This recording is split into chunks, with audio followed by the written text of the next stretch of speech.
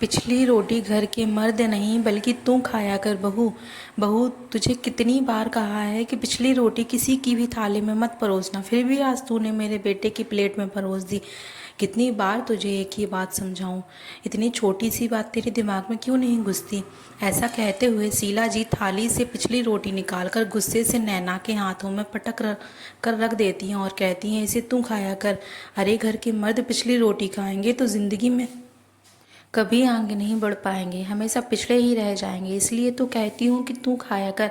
वैसे भी तुझे कौन सा दुनिया से आगे निकलना है जो तू नहीं खाती है पिछली रोटी?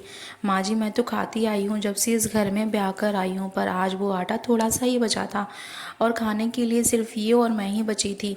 तो मैंने इनकी थाली में रोटी परोस दी, क्योंकि रोटी एक आदमी के खाने भर की ही थी। डर से झिझकते हुए नैना कहती है, हाँ हाँ, सब पता है तेरा नाटक। आटा खत्म था तो बहनी को बोलकर पिसवाना था या रेडीमेड मंगवाना था? ये सब तेरे बहाने हैं बहू, मैं अच्छी तरह जानती हूँ। माँ जी, वो मैंने कहा था देवर जी को कि आटा थोड़ा ही बचा है, इसलिए जल्दी भेज दें, पर वो शायद भूल गए होंगे, इसलिए भेजे नहीं शाम तक। तो मैंने जितना आटा था उतनी की ही रोटी बना दी। सहमते हुए नैना कहती है, हाँ हाँ, समझ गई बहू रानी, सारी गलती अब मेरी और मेरे बेटों की ही है। रसोई संभालती है तू और आटे की फिक्र करें हमारे बेटे। माँ जी, रसोई भले मैं संभालती हूँ, पर घर की बागडोर तो आप सभी के हाथों में ही है ना। देख नैना, आजकल तेरी जुबान बहुत चलने लगी है, थोड़ा संभाल। ऐसा ना हो कि मेरे बेटे को बोलकर तेरी जुबान के साथ साथ तुझे भी घर से बाहर निकालना पड़ जाए। अब जा यहाँ से, खड़ी मत रह सिर पर, मर्दों को चैन से खाना खाने दे। शीला जी की कड़वी बातें नैना की आंखों में आंसू लाने के लिए बहुत थी।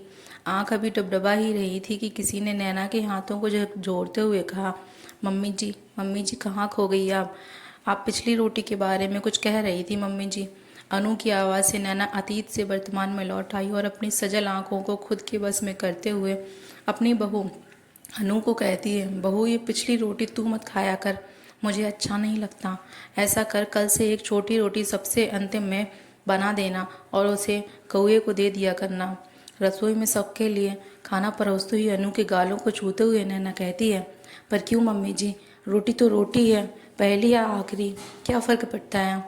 आज के ज़माने की पढ़ी लिखी अनु नैना जी से कहती है, पड़ता है बहू, फ़र्क पड़ता है, समानता और बराबरी का फ़र्क पड़ता है। इसलिए तो कह रही हूँ, पिछली रोटी तू मत खाया कर, क्योंकि मेरे लिए सभी बेटे बहू बराबर हैं।